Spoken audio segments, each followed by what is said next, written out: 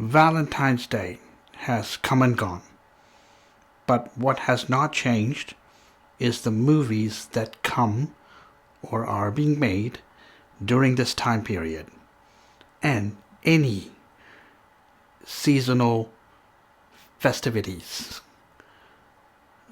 And it's quite frankly not just annoying, but downright predictable. And that's exactly what I'm going to talk about here today on the show. Welcome, story lovers, to the Story Dude Show with your host, Jared Dean Winchester, bringing you this final episode for the month of February to close it off in 2025. So let's get right into it, shall we?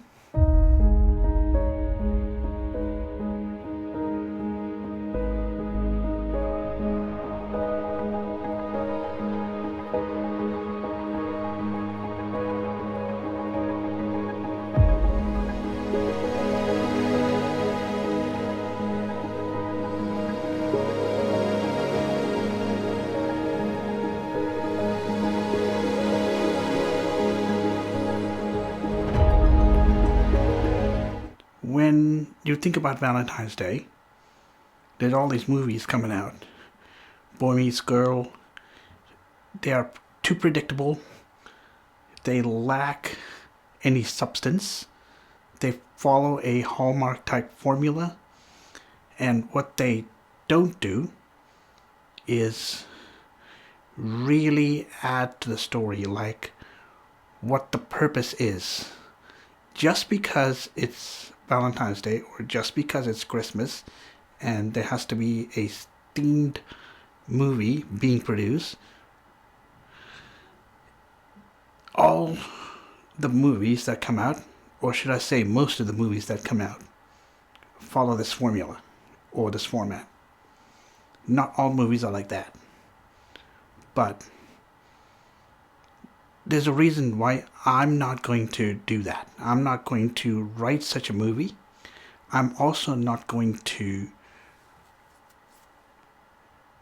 entertain the idea. And if I speak to a director or a producer who has such an idea, I'm just going to say to them, get out of here. Not interested. What I will do, though, is focus on the meaning. Now, like I said, not all movies are of that type, but most are. Now, there are some movies who do focus on the spirit of the holidays, like Valentine's Day. Now, when you think about Valentine's Day, what is it about? If you were to ask me, I believe it is to celebrate or acknowledge your significant other.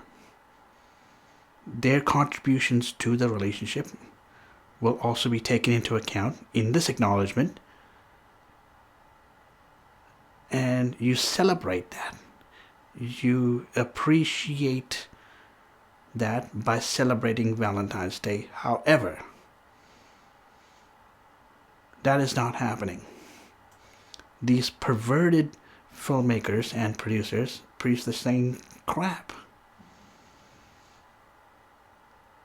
Now,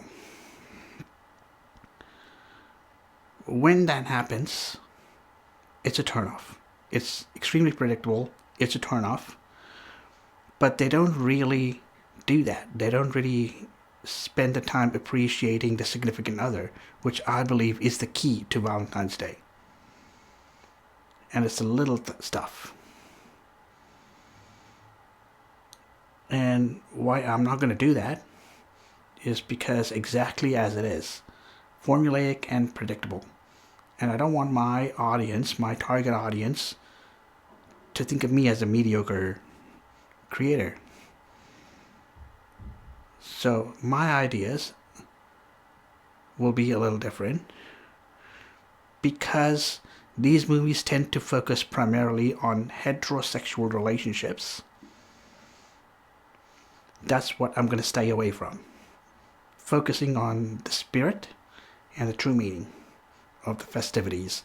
For example, Valentine's Day acknowledging your significant other. Christmas, spending time with family.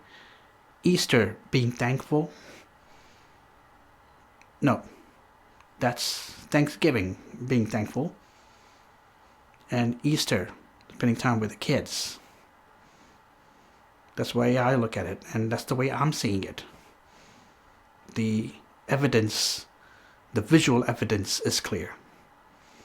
So, I think Valentine's Day films, bad. They've all gone down the crapper. Any wonder why Dustin Hoffman says movies are at their worst? It's not just because of the critics, like I've been saying, but this is also about the quality, the easy way out, the taking of the easy way out by filmmakers and producers, and the